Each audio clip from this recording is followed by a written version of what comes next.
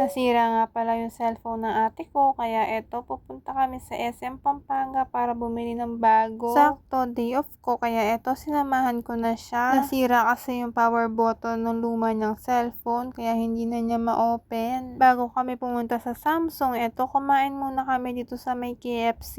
Malabo na nga yung mata ko, malabo pa tong resibo.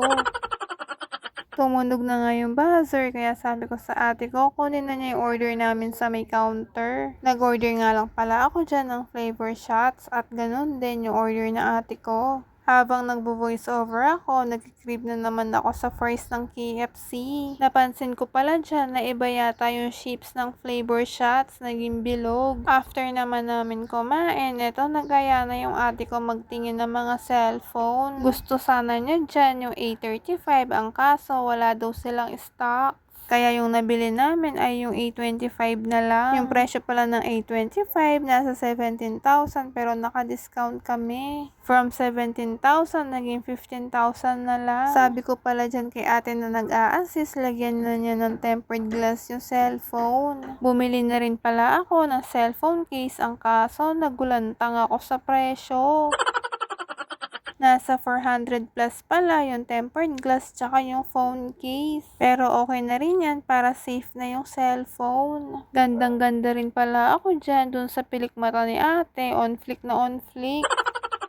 Tinanong ko rin pala si ate na nag-a-assist kung magkano yung relo niya. Yung model pala ng relo niya ay yung Samsung Watch Series 5. Tapos 16,000 daw yan. Okay na pala ako sa mumurahin kasi oras lang naman yung titignan ko. Fast forward, after naman namin bumili ng cellphone, eto nag-grocery naman kami. Nag-request pala ako ulit kay mama na gusto ko ng buko pandan salad para sa medianoche. Kaya eto, nagpabili lang siya ng mga ingredients. Yung ingredients lang daw yung kailangan niya, pero ang dami nang nadagdag. Ang hirap talaga mag-grocery kasi napaparami ng kuha na wala naman sa listahan.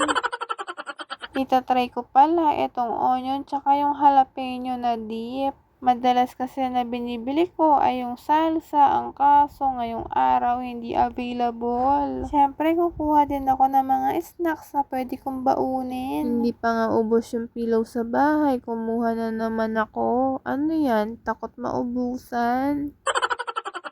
Ang kaso, ang problema ko masyado silang malaki. Hindi ko alam kung paano ko sila ipapasok sa production. Siyempre, takot tayong magutom kaya madalas nagpupuslit ako ng pagkain. Habang nagbo-voice over ako, naalala ko nga pala meron akong cup noodles. Favorite ko nga pala itong Choco Crunchies kasi ito yung pasalubong ni mama kapag galing siya sa trabaho. Kumuha rin pala ako nitong melon at strawberry na Korean drink. Mahal kasi to sa 7-Eleven. Siyempre wala pang sahod kaya kailangan nating magtipid.